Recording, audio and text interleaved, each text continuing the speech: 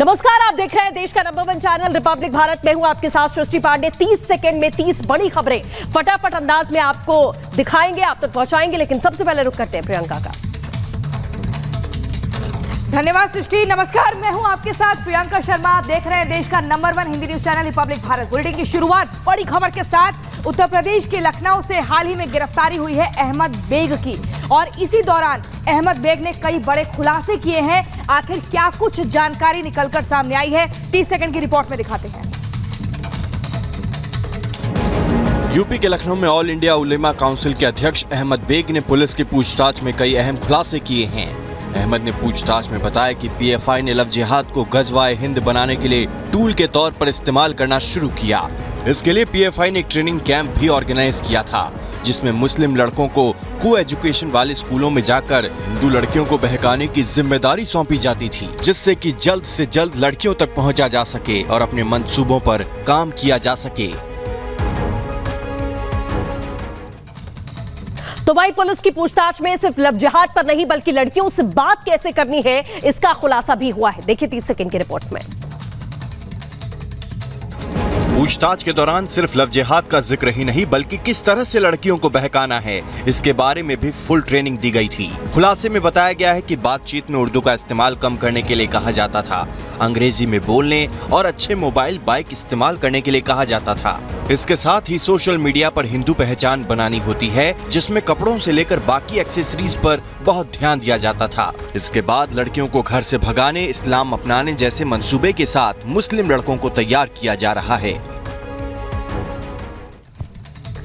और इसी बीच अगली बड़ी खबर छत्तीसगढ़ के दुर्ग से, जहां पर बच्चा चोरी के आरोप में भीड़ ने 3 साधुओं को जमकर पीटा। भीड़ ने पहले घेरा और उसके बाद लात घूंसे जमकर चले। आखिर क्या कुछ है पूरा मामला, 30 सेकंड की रिपोर्ट में देखिए। छत्तीसगढ़ के दुर्ग में बच्चा चोरी के आरोप में भीड़ ने 3 साधुओं को जमकर पीटा। बताया जा रहा है कि तीनों साधुओं को पकड़कर स्थानीय लोगों ने जमकर पीटा। आप इस वीडियो में देख सकते हैं कि किस तरीके से तीनों साधुओं को भीड़ मार रही है। भीड़ ने तीनों साधुओं को घेर रखा है और उनको जमकर लात घूंसे मारे।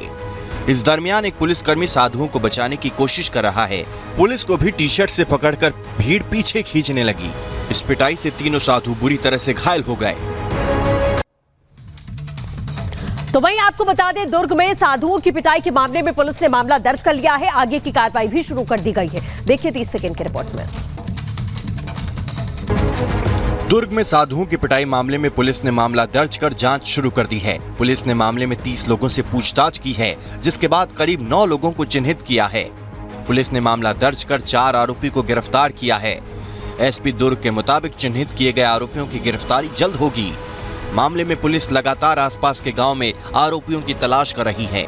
इसके साथ ही एसपी ने फोन पर बातचीत में दी जानकारी। साधुओं के बैकग्राउंड की जानकारी जुटाने के लिए राजस्थान पुलिस से मदद ली जा रही है।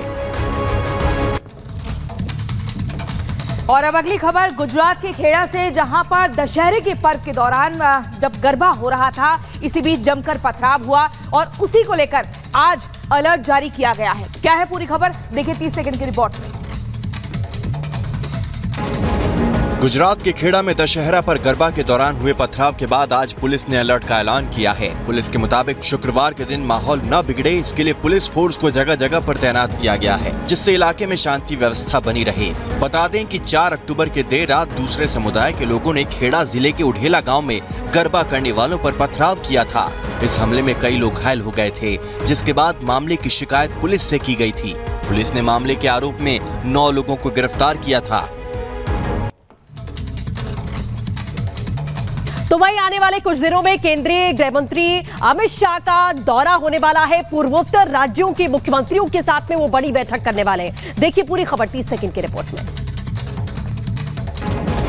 गृह मंत्री अमित शाह महत्वपूर्ण सरकारी और पार्टी से जुड़े कार्यक्रमों में शामिल होने के लिए आज से 9 अक्टूबर तक उत्तर पूर्व के दौरे पर रहेंगे। अमित शाह आज सिक्किम जाएंगे, वहां वो डेयरी कॉन्फ्रेंस में हिस्सा लेंगे। इसके साथ ही बीजेपी के कोर ग्रुप की बैठक में शामिल भी होंगे। तो वहीं 8 अक्टूबर को गुवाहाटी में बीजेपी के नए दफ्तर का उद्घाटन के दौरान बीजेपी अध्यक्ष जेपी नड्डा भी रहेंगे। यहां दोनों नेता पार्टी के नए प्रदेश कार्यालय का उद्घाटन करेंगे। उत्तरकाशी में बर्फीले तूफान के बाद जिस तरीके से लोगों की मौत हुई थी, अब तक 16 लोगों के शव बरामद हो चुके हैं, लेकिन रेस्क्यू ऑपरेशन को बीच में ही रोकना पड़ा खराब मौसम के कारण। आखिर क्या कुछ है, पूरी खबर दिखाते हैं 30 सेकंड की रिपोर्ट में। उत्तरकाशी में बर्फीले तूफान में लगातार रेस्क्यू ऑपरेशन और लोगों की तलाश जारी है, लेकिन खराब मौसम की वजह से एक बार फिर से रेस्क्यू ऑपरेशन को रोक दिया गया है। अब तक की रेस्क्यू में टीम ने 16 लोगों के शव बरामद कर लिए हैं। रेस्क्यू टीम मौसम में सुधार का इंतजार कर रही है। सीएम पुष्कर सिंह धामी ने भी घटना पर दुख जताते हुए कहा कि राहत दल लगातार काम कर रहा है। कश्मीर से एक टीम आ गई है, 16 शव बरामद हुए हैं। Bureau report, Republic Bharat. तो वहीं बीजेपी के राष्ट्रीय अध्यक्ष जेपी नड्डा और केंद्रीय गृह मंत्री अमित शाह से असम के महत्वपूर्ण दौरे पर रहेंगे। पूरी खबर देखिए 30 सेकंड की रिपोर्ट में। आज से केंद्रीय गृह मंत्री अमित शाह के साथ बीजेपी अध्यक्ष जेपी नड्डा भी असम दौरे पर रहेंगे। जेपी नड्डा और केंद्रीय गृह मंत्री अमित शाह 7 और 8 अक्टूबर को असम का दौरा करेंगे। इस दौरान 8 अक्टूबर को वशिष्ठा में नवनिर्मित असम राज्य बीजेपी कार्यालय का उद्घाटन करेंगे और गुवाहाटी के खानापारा इलाके में एक पार्टी की बैठक में भी भाग लेंगे। जानकारी के मुताबिक दोनों नेता शुक्रवार की शाम को गुवाहाटी पहुंचेंगे। Bureau report, Republic Bharat. तो आज से ही केंद्रीय रेल मंत्री अश्विनी वैष्णव 2 दिन के गुजरात दौरे पर रहेंगे। इसी बीच कई खास कार्यक्रमों में हिस्सा लेंगे और काफी स्टेशनों के निरीक्षण पर भी पहुंचेंगे। दिखाते हैं पूरी खबर 30 सेकंड की रिपोर्ट में। आज केंद्रीय रेल मंत्री अश्विनी वैष्णव 2 दिन के गुजरात दौरे पर रहने वाले हैं। अश्विनी वैष्णव इस दौरान कई खास कार्यक्रम में हिस्सा लेंगे और कई स्टेशनों का निरीक्षण करेंगे। अश्विनी वैष्णव अपने दौरे में गुजरात विश्वविद्यालय में युवा बोर्ड के कार्यक्रम में शामिल होंगे। साथ ही साबरमती बुलेट स्टेशन का निरीक्षण करेंगे। इसके बाद 8 अक्टूबर को मेहसाणा पालनपुर फ्रेट कॉरिडोर का भी निरीक्षण करेंगे। Bureau report, Republic Bharat. तो वहीं ईडी ने पीएमएलए मामले में आज शिव कुमार को तलब किया है। एक बार फिर से पूरी खबर क्या है दिखाते हैं 30 सेकंड की रिपोर्ट में। प्रवर्तन निदेशालय यानी ईडी ने गुरुवार को कर्नाटक कांग्रेस के अध्यक्ष डीके शिव कुमार को समन जारी कर धन शोधन मामले में आज पेश होने के लिए कहा है। ईडी ने नई दिल्ली में मौजूद कार्यालय में पेश होने के निर्देश दिए हैं। ईडी के सहायक निदेशक कुलदीप सिंह की ओर से जारी नोटिस में कहा गया है, आपको यानी डीके शिव कुमार एक बार फिर कार्यालय में 23 सितंबर के समन के अनुसार 7 अक्टूबर को अपना बयान दर्ज करने के लिए निर्देशित किया जाता है। उत्तर प्रदेश के पूर्व मुख्यमंत्री व समाजवादी पार्टी के संस्थापक मुलायम सिंह यादव की तबीयत अभी भी नाजुक बनी हुई है। मेदांता अस्पताल में उनका इलाज चल रहा है। बीते दिन यूरिन इन्फेक्शन और ब्लड प्रेशर की समस्या के चलते आईसीयू से उन्हें सीसीयू में शिफ्ट किया गया। क्या है पूरी खबर 30 सेकंड की रिपोर्ट में देखिए। उत्तर प्रदेश के पूर्व मुख्यमंत्री मुलायम सिंह यादव की हालत नाजुक बनी हुई है। मुलायम सिंह यादव का इलाज गुरुग्राम के मेदांता अस्पताल में चल रहा है। उन्हें आईसीयू वार्ड में भर्ती किया गया है, जहां वो अभी भी जीवन रक्षक दवाओं पर हैं। वहीं नेताजी के बड़े बेटे व सपा मुखिया अखिलेश यादव उनकी तबियत की पल पल की जानकारी रख रहे हैं। गुरुग्राम मेदांता अस्पताल के डॉक्टरों ने बताया कि मुलायम सिंह यादव की हालत नाजुक बनी हुई है। सपा संरक्षक मुलायम सिंह यादव के जल्द स्वस्थ होकर लौटने के लिए दुआओं का दौर भी चालू हो चुका है। बिल्कुल, तो दुआओं के साथ साथ नेताजी को देखने के लिए तमाम नेता मंत्रियों का तांता लगा है मेदांता अस्पताल में। पूरी खबर क्या है देखिए 30 सेकंड में। मुलायम सिंह यादव को लेकर कई जगहों पर उनकी बेहतर सेहत की कामना की जा रही है। कांग्रेस नेता दीपेंद्र सिंह हुड्डा भी मेदांता अस्पताल पहुंचे और मुलायम सिंह यादव की तबीयत का हाल जाना। अखिलेश यादव और रामगोपाल यादव अस्पताल में ही मौजूद रहे। अखिलेश यादव ने लोगों से कहा कि नेताजी के स्वास्थ्य में सुधार के लिए दुआओं की जरूरत है। बता दें कि एक दिन पहले ही बिहार के डिप्टी सीएम तेजस्वी यादव और लालू प्रसाद यादव मेदांता अस्पताल पहुंचे थे और अखिलेश यादव से मिलकर मुलायम सिंह यादव की स्थिति की जानकारी ली थी।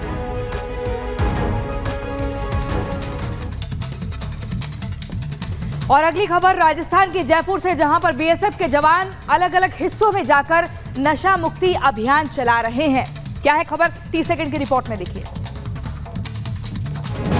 राजस्थान के जयपुर में बीएसएफ के जवान देश के अलग अलग हिस्सों में जाकर आजादी के अमृत महोत्सव के मायने और नशा मुक्ति अभियान को लेकर लोगों को जागरूक कर रहे हैं। बीएसएफ अटारी से लेकर केवड़िया तक बाइक रैली निकाल रही है। ये बाइक रैली आजादी के अमृत महोत्सव के तहत हो रही है। इस दौरान बीएसएफ के डीआईजी पुष्पेंद्र सिंह राठौड़ भी मौजूद रहे। साथ ही रैली में पैरा ओलंपिक गोल्ड मेडल विजेता प्लेयर पद्म भूषण देवेंद्र झाझड़िया भी मौजूद रहे।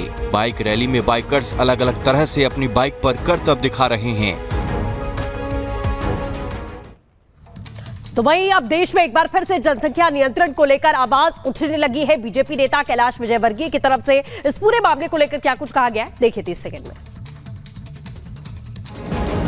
एक बार फिर से देश में जनसंख्या नियंत्रण का मुद्दा उठने लगा है। आरएसएस प्रमुख मोहन भागवत के जनसंख्या नियंत्रण कानून लाने के मुद्दे पर कैलाश विजयवर्गीय ने भी प्रतिक्रिया दी है। विजयवर्गीय ने कहा, इस विषय पर गंभीरता से विचार होना चाहिए। मैं तो पश्चिम बंगाल में रहा हूँ। जिस प्रकार से डेमोग्राफी चेंज हुई है उसके दुष्परिणाम सामने आ रहे हैं और आज अराजकता का माहौल है। पीएफआई पर हमला बोलते हुए विजयवर्गीय ने कहा कि ऐसी बदलती डेमोग्राफी में पीएफआई जैसे संगठन सक्रिय हो जाते हैं। और दिल्ली में आज अखिल भारतीय संत समिति की बैठक होगी, जिसमें देश भर से कई संत जुटेंगे, चर्चा करेंगे उन मंदिरों की, उन धार्मिक स्थलों की जिनमें लगातार विवाद बना हुआ है। क्या है खबर, 30 सेकंड की रिपोर्ट में दिखाते हैं। दिल्ली में आज अखिल भारतीय संत समिति की बैठक होगी। ये बैठक एनडीएमसी कन्वेंशन सेंटर में होनी है, जिसमें देश भर के कई संतों के साथ ज्ञानवापी मंदिर के प्रमुख शामिल होंगे। इस बैठक में श्री कृष्ण जन्मभूमि मथुरा और देश भर के मंदिरों के संबंध और मंदिरों के परिस्थितियों के मामले पर चर्चा होगी। इस दौरान उन मंदिरों और जगहों पर भी चर्चा होगी जिन पर विवाद चल रहा है।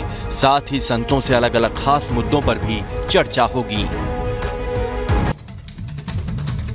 वही खबर अब मध्य प्रदेश से है। आपको बता दें, मध्य प्रदेश के एक इलाके में खबर ऐसी सामने आई है जहां एक स्कूल है सीएम राइज नाम का, जहां एक मजार नुमा चबूतरा बनाने का मामला सामने आया। पूरी खबर क्या है, देखिए 30 सेकंड की रिपोर्ट में। मध्य प्रदेश के विदिशा के कुरवाई में सीएम राइज स्कूल में एक मजार नुमा चबूतरा बनाए जाने का मामला सामने आया है। यहाँ स्कूल के प्रभारी प्राचार्य शाहिना फिरदौस के पति बन्ने खान, जो स्कूल में ही स्पोर्ट्स टीचर रहे, उन्होंने इस पद से रिटायर होने के बाद ये चबूतरा बनवा दिया। जांच में टीचरों के बयान के बाद जब इसकी पुष्टि हुई तो प्राचार्य शाहिना को हटाकर पास के ही स्कूल में पदस्थ कर विवाद को दबाने की कोशिश की गई। विदिशा जिले के कुरवाई में शासकीय उच्चतर माध्यमिक विद्यालय का ये मामला है। चांदनी रात के मौके पर अगर ताज का दीदार करना चाहते हैं तो आज ही से ऑनलाइन बुकिंग शुरू हो गई है। जी हां, ताजमहल का दीदार अगर शरद पूर्णिमा के दिन आपको करना है तो ये बुकिंग आज से शुरू हो रही है। 8 से 11 अक्टूबर तक की व्यवस्था तय की गई है। क्या है खबर, देखिए 30 सेकंड की रिपोर्ट में। चांदनी रात के मौके पर ताजमहल की चमक देखने के लिए पर्यटक बेसब्री से इंतजार कर रहे हैं। एएसआई ने भी आने वाली चांदनी रात के लिए ताजमहल का दीदार पर्यटकों को कराने की तैयारियां पूरी कर ली हैं। शरद पूर्णिमा पर पर्यटकों को ताज का दीदार कराया जाएगा, जिस दिन चांदनी रात होगी, जिसके लिए 8 से 11 अक्टूबर तक व्यवस्था तय की गई है। पर्यटकों के लिए बुकिंग स्लॉट खोलने की सुविधा आज से शुरू हो जाएगी, जिसके बाद लोग आसानी से अपनी बुकिंग कराकर ताजमहल का दीदार कर सकते हैं। तो ईरान से शुरू हुआ हिजाब का विरोध अब भारत में दस्तक दे चुका है। एक्ट्रेस मंदना करीमी ने मुंबई की सड़कों पर प्रदर्शन किया है हिजाब विरोध में। देखिए 30 सेकंड में report. Iranian actress Mandana Karimi इन दिनों ईरान हिजाब विरोध प्रदर्शन में बढ़ चढ़कर भाग ले रही हैं। वो मुंबई में हैं, लेकिन सोशल मीडिया पर लगातार ईरान हिजाब विरोध प्रदर्शन के पक्ष में अपनी बात रख रही हैं। ईरानी मूल अभिनेत्री ने मुंबई में अकेले खड़े होकर प्रदर्शन किया।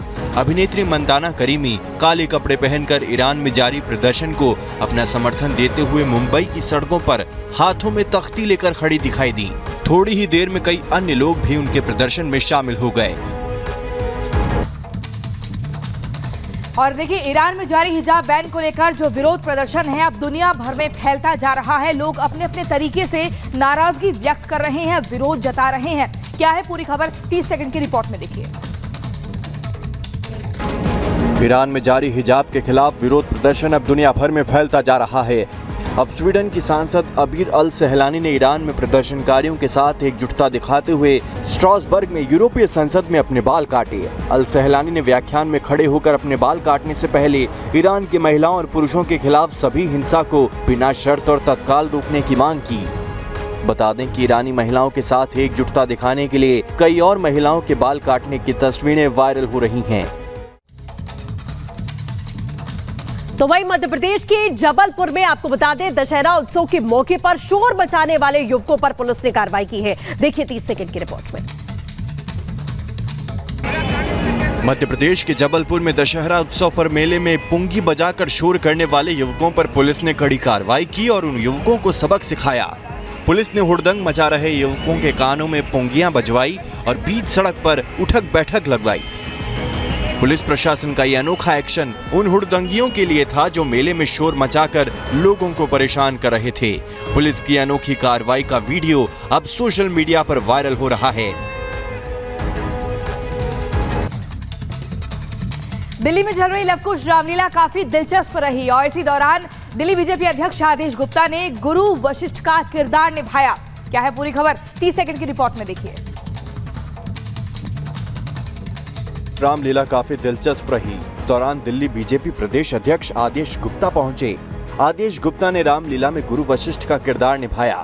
इस मौके पर उन्होंने कहा कि गुरु वशिष्ठ की उत्पत्ति का वर्णन पुराणों में विभिन्न रूपों में मिलता है, जो लोगों को काफी बेहतरीन अंदाज में दिखाई दिए। गुरुवार की रामलीला में भरत मिलाप का मंचन दिखाया गया। आदेश गुप्ता ने गुरु वशिष्ठ के किरदार में अपने शानदार अभिनय से दर्शकों की खूब तारीफें बटोरी। तो वहीं एक बड़ी खबर आपको बता दें, दिल्ली के इंदिरा गांधी एयरपोर्ट पर हीरो से जड़ी एक घड़ी बरामद हुई है। 30 सेकंड की रिपोर्ट देखिए। दिल्ली के इंदिरा गांधी एयरपोर्ट पर दुबई से वापस लौटे गुजरात के एक आभूषण कारोबारी के पास से 28 करोड़ 17 लाख का सामान बरामद किया गया है। बरामद की गई चीजों में एक घड़ी भी मिली है जो हीरो से जड़ी हुई है। बता दें कि जैकब एंड कंपनी की हीरे से जड़ी इस घड़ी की कीमत 27 करोड़ 9 लाख रुपए है। पकड़े गए आरोपी के पास से कम 7 घड़ियां, एक ब्रेसलेट और एक आईफोन मिला है। कस्टम विभाग के अधिकारी ये पता लगाने की कोशिश कर रहे हैं कि आरोपी ये घड़ियां किसके कहने पर और किसके लिए लेकर आया था। और इस बीच आपको बता दें, यूपी के मेरठ में बीजेपी के पूर्व विधायक संगीत सोम ने एक बार फिर से राजपूत उत्थान का मुद्दा उठाया है। जमकर गरजे और बोले कि राजपूतों को एक बार फिर से शस्त्र उठाने पड़ेंगे। आबादी को लेकर भी जिक्र किया। क्या कुछ है पूरी खबर, 30 सेकंड की रिपोर्ट में देखिए। बीजेपी के पूर्व विधायक और फायर ब्रांड नेता ठाकुर संगीत सोम काफी समय बाद एक बार फिर से मंच से गरजते दिखाई दिए। विजयदशमी पर राजपूत उत्थान सभा शस्त्र पूजन कार्यक्रम के दौरान संगीत सोम ने कहा कि जिस तरह से एक वर्ग विशेष की आबादी बढ़ रही है, सिर कलम करने की बात कही जा रही है, सिर धड़ से अलग करने की बात की जा रही है, इन सब को खत्म करने के लिए एक बार फिर राजपूत समाज को शस्त्र उठाना पड़ेगा।